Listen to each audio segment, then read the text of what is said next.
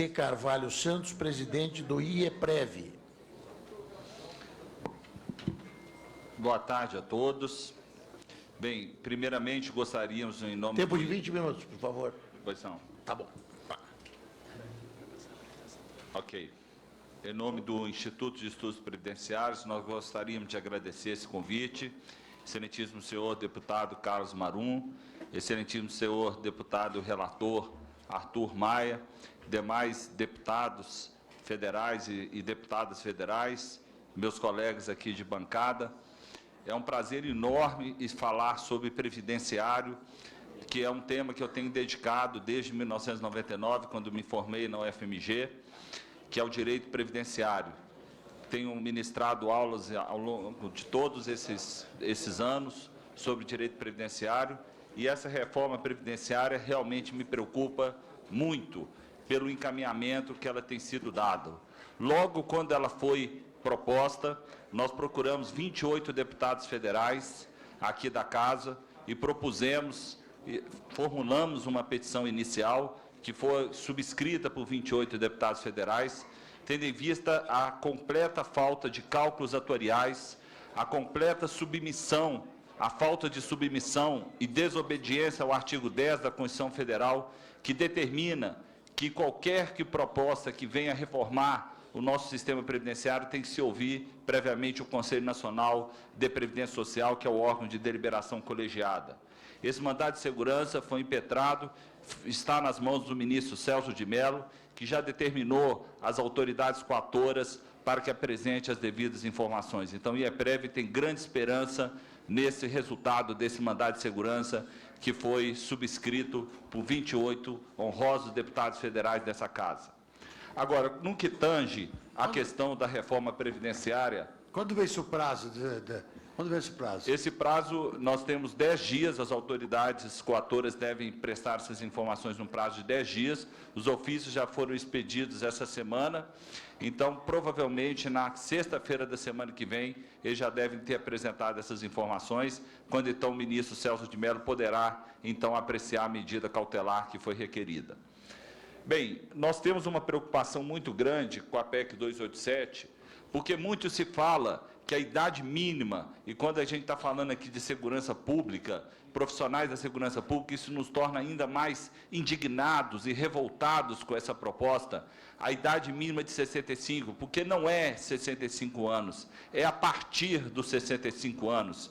Isso todos nós sabemos, diante de um dispositivo que está previsto no artigo 201, parágrafo 15º da PEC 287, pretendendo modificar, esse parágrafo 15º, que a cada ano que se aumentar a expectativa de sobrevida do brasileiro, aumentará a idade mínima de 65 anos. Então, esses 65 anos é só para começar gradativamente e de acordo com os estudos que nós fizemos, nós temos esse impacto desse gatilho, desse aumento absurdo e automático na idade mínima, em todos esses benefícios aqui que eu estou listando, inclusive na aposentadoria especial para quem exerce atividades insalubres, na aposentadoria dos deficientes e também no BPC de prestação continuada da Lei 8742 de 1993.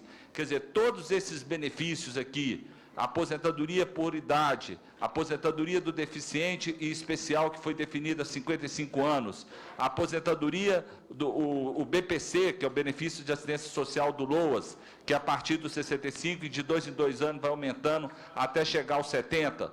Todos esses benefícios vão ser afetados pelo aumento automático até chegar aos 70, mas depois vai aumentando de acordo com a expectativa de sobrevida do brasileiro. E aí vocês me perguntam, como é que está o aumento da expectativa de sobrevida do brasileiro? De 4 em 4 anos, o brasileiro aumenta um ano, se considerarmos o referencial 65 anos. Ou seja, daqui a 4 anos, é lógico que vai ter uma vacácio aí de 5 anos, quando essa idade não vai aumentar, mas daqui a 4 anos, em tese, a idade mínima vai ser 66 anos. Daqui a mais 4 anos, a idade mínima vai ser 67 anos. Daqui a 4 anos, mais 12 anos, a idade mínima vai ser 68 anos. Então, esse aumento da expectativa de sobrevida, a partir do momento, a cada ano que se aumentar a expectativa de vida do brasileiro, aumentará um ano na idade mínima para a aposentadoria. No caso do LOAS, o aumento vai ser de 2 em 2 anos, mas em relação aos benefícios de aposentadoria por idade, esse aumento vai acontecer a cada ano que se aumentar um ano na expectativa de sobrevida do brasileiro. Então, nós fizemos um cálculo muito simples. Um brasileiro que tem hoje 25 anos de idade, ele só vai conseguir se aposentar com, no mínimo, 75 anos de idade. Isso é a idade mínima. Quer dizer, como que nós podemos encaminhar uma proposta de emenda constitucional que não existe nenhum paralelo em lugar nenhum no mundo como requisito de elegibilidade, porque a expectativa de vida, como é no Brasil, ela é levada em conta, sim, no cálculo da aposentadoria, como no caso do fator previdenciário, mas não como requisito de elegibilidade para um ajuste automático, como requisito para o gozo do benefício previdenciário. E é isso que essa Casa está a apreciar, esse gatilho, esse aumento automático na idade mínima, o que vai desestimular principalmente aquele jovem que se encontra na informalidade, de contribuir para o regime geral e para os regimes, principalmente o regime geral, para aquele indivíduo que está na informalidade. Porque ele vai pensar o seguinte: poxa, qual a idade que eu vou me aposentar? Se eu tiver 20 anos, eu vou aposentar com 78 anos de idade, com o aumento da expectativa de sobrevida, sem contar com o censo demográfico que é feito de 10 em 10 anos. Isso vai prevalecer também para os servidores públicos, só que os servidores públicos têm uma sorte, eles vão aposentar pela compulsória. No caso do regime geral, vai além dos 75 anos, com o aumento dessa expectativa de sobrevida. Bem, essa regra de transição é outra situação teratológica. Isso não é regra de transição, isso é regra de corte. E isso, com certeza, vai ser submetido ao Supremo Tribunal Federal, se essa Casa aprovar essa PEC 287 da maneira como ela foi apresentada pelo governo federal. Porque regra de transição é você valorizar o direito expectado e a expectativa de direito. Ou seja, aquele trabalhador que trabalhou 20 anos, ele não pode ser tratado da mesma forma em relação ao trabalhador que está ingressando agora no mercado de trabalho. E se eu tenho menos de 45 anos de idade mulher e 50 anos de idade homem, eu terei que completar a idade a partir dos 65 anos, não 65, a partir dos 65. Eu já fiz o meu cálculo, eu só vou me aposentar aos 70 anos.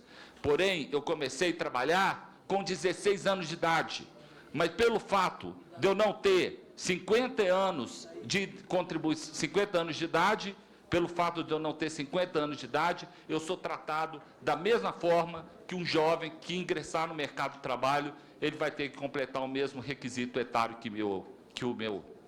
Isso não é regra de transição. Regra de transição, como sempre essa Casa honrou, é estabelecer uma regra que privilegie todos aqueles que já ingressaram no regime geral e no regime próprio de previdência social. Você estabeleceu um pedágio, uma regra intermediária, uma regra alternativa para todos aqueles que, pelo pacto de confiança, confiaram no sistema, ingressaram no sistema e agora não vão ser nivelados da maneira como essa PEC 287 está a propor. Simplesmente, olha, você não tem 45 anos de idade, você não tem 50 anos de idade, você vai ter que completar os requisitos a partir dos 65 anos e você se vira com isso, porque o ordenamento jurídico previdenciário não vai te valorar de forma diferenciada em relação àquele que começou a trabalhar no dia de hoje. Bem, com relação ao tempo de contribuição, não vamos perder tempo com relação a essa fórmula de cálculo, que ela vem na contramão do que toda a legislação previdenciária já estabeleceu, que o cálculo sempre começou através do coeficiente dos 70%. E aí o governo encaminha uma proposta que esse cálculo começa a partir dos 51%, mais 1% de ano de contribuição, partindo da premissa de que todo trabalhador começaria, então, a contribuir com 16 anos de idade, de forma ininterrupta, para atingir, então, a aposentadoria com proventos integrais. Mas por que eu queria falar sobre essa forma de cálculo? Essa forma de cálculo é absurda quando nós falamos da aposentadoria especial, da aposentadoria para quem trabalha em atividade de risco, porque o objetivo é retirar esse segurado daquela atividade que o submete a risco a sua vida e a sua integridade física. Então, se ele já completou o tempo necessário para aposentar, não tem sentido você dizer o seguinte: olha, você já tem 25 anos de contribuição, consequentemente, você vai receber 76% da média. Então, continue trabalhando, caso contrário, a sua aposentadoria vai ser 76%. Então, isso contradiz. Isso é um contrassenso ao próprio escopo, à própria teleologia, ao próprio objetivo da aposentadoria especial, que é retirar o segurado daquela área de risco, daquela atividade especial. Então, a fórmula de cálculo, o coeficiente de cálculo, ele não deveria incidir nem para a aposentadoria dos deficientes, nem mesmo para a aposentadoria especial. Esse cálculo deveria ser correspondente a 100%. E essa mesma lógica, meus caros deputados federais e deputadas federais, se aplicam também à aposentadoria por invalidez. A aposentadoria por invalidez também será calculada segundo essa mesma lógica, 51% mais 1% a cada ano de contribuição. Então, se eu, porventura, sofri um acidente que não seja acidente de trabalho e contribuir 3 anos, eu vou receber com 54% da minha média salarial. Isso também se aplica para os servidores públicos, a não ser se eles sofrerem um acidente de trabalho e maldosamente se excluiu as doenças ocupacionais e também as doenças graves, incuráveis e contagiosas da aposentadoria com proventos integrais. Então, se um policial hoje, qualquer servidor público, for acometido de neoplasia maligna, a aposentadoria dele vai ser proporcional e não mais integral. Quer dizer, cadê o princípio da solidariedade? O princípio da dignidade da pessoa humana foi jogado na lata de lixo, quando você admite a propositura de uma PEC como essa, que exclui as doenças ocupacionais e exclui também as doenças graves, incuráveis e contagiosas para garantir proventos integrais aos servidores públicos civis da União, dos estados e dos municípios. Bem, um outro detalhe que eu gostaria aqui de ressaltar é a questão especificamente da aposentadoria especial. A questão da regra de cálculo, a PEC não é clara no sentido do descarte dos 20% dos menores salários de contribuição. Isso é um retrocesso absurdo, porque sempre a legislação, seja na Lei 9876 de 99, quanto na Lei 10887 de 2003, sempre se delimitou que haveria o descarte dos 20% dos menores salários a partir de julho de 94. E a PEC, ela não faz menção a esse cálculo baseado nos 80% dos maiores salários de contribuição, 80% do período contributivo. Daí porque o IEPREV está encaminhando uma emenda parlamentar, várias emendas parlamentares, para que essa garantia, já que nós estamos constitucionalizando coeficiente de cálculo de aposentadoria, já que nós estamos constitucionalizando critérios de elegibilidade de todos os benefícios previdenciários, nós temos que constitucionalizar também a fórmula de cálculo da aposentadoria, de modo que haja, sim, a garantia do descarte dos 20% dos menores salários. Isso é muito importante, por exemplo, para um policial egresso, por exemplo, da advocacia, que contribuiu com um valor menor, ele poderá descartar 20% dos menores salários. Isso não está garantido na PEC 287. E nós precisamos resgatar esse princípio dos 80% do período contributivo correspondente aos maiores salários de contribuição. São pequenos detalhes, caros deputados, mas que fazem grande diferença na vida do trabalhador. Finalmente, a questão da aposentadoria especial. Então, a Lei 8.213 garante os 80%, mas a PEC 287, ela não é clara quanto a isso. E aí vem a teratologia maior, que envolve, aqui no caso, para eu passar, fazendo favor, aposentadoria por invalidez já falamos, pode passar. Pode passar. Pode passar. Agora, aposentadoria especial para finalizar minha fala. Veja a maldade que está implícita nesse artigo 201, parágrafo 1º da Constituição Federal. É vedada a concessão de requisitos e critérios diferenciados para a concessão de benefícios, exceto nos casos em que houver efetivamente prejuízos à saúde do trabalhador, vedada a concessão de aposentadorias profissionais a categorias profissionais. Bem, aí eu gostaria de fazer pequenas considerações a respeito desse artigo. Primeiro, essa confusão hermenêutica que vai existir entre o que é efetivamente prejudicial à saúde e, de fato, o que é o agente efetivamente prejudicial à saúde.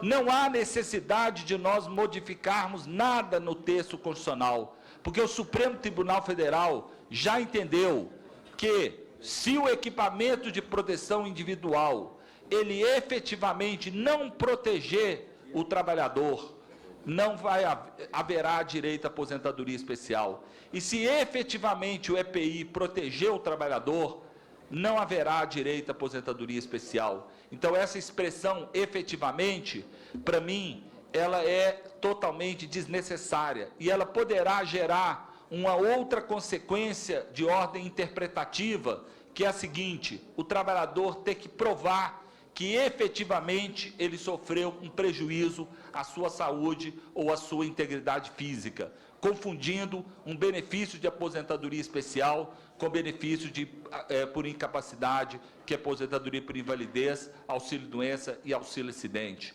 Então, essa expressão, efetivamente, ela não tem qualquer necessidade de ser mencionada no texto constitucional, que já temos decisão do Supremo Tribunal Federal de que, se o agente nocivo não for efetivamente danoso, se o equipamento de proteção individual, o EPC, for protetivo ao trabalhador, não haverá direito à aposentadoria especial. E se houver dúvida, haverá direito à concessão à aposentadoria especial. Então, para que inserir essa palavra efetivamente?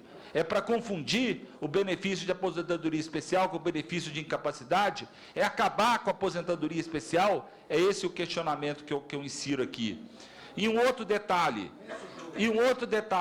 importante: eles tiraram a expressão integridade física, porque aí envolve também os trabalhadores, não só do regime próprio de previdência social, que eles já tiraram lá a atividade de risco, mas também tiraram a integridade física como elemento caracterizador ao direito à aposentadoria especial. Muito embora, desde o decreto 2172 de 93, o governo não está reconhecendo direito à atividade de risco no âmbito do regime geral à aposentadoria especial, a Justiça tem concedido para os eletricitários que estão expostos à tensão acima de 250 volts, para quem trabalha com produtos inflamáveis e para os vigilantes. Então, qual que é o objetivo de retirar essa expressão integridade física? Exatamente retirar do bojo da aposentadoria especial todos os trabalhadores vinculados ao regime geral que estão expostos a riscos à sua integridade física. Retirar o direito à aposentadoria especial das pessoas que trabalham em atividades com risco.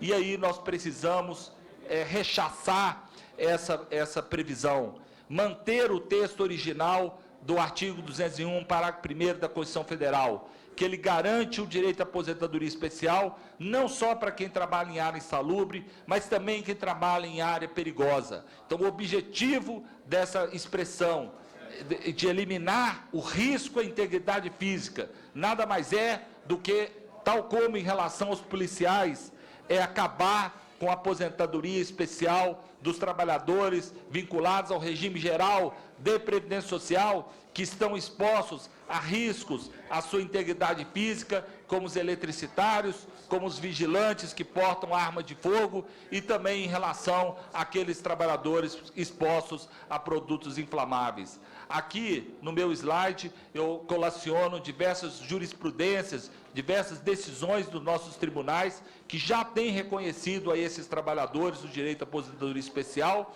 e aí me parece que o Poder Executivo, já antevendo essa derrota, porque... Para concluir, senhor Roberto, 30 segundos. Já que já teve uma derrota... Está liberado aí. Está liberado? Está liberando. Já teve uma derrota no Supremo Tribunal Federal, eles já estão antevendo essa derrota em todas as categorias que expõem o trabalhador a risco e eliminando essa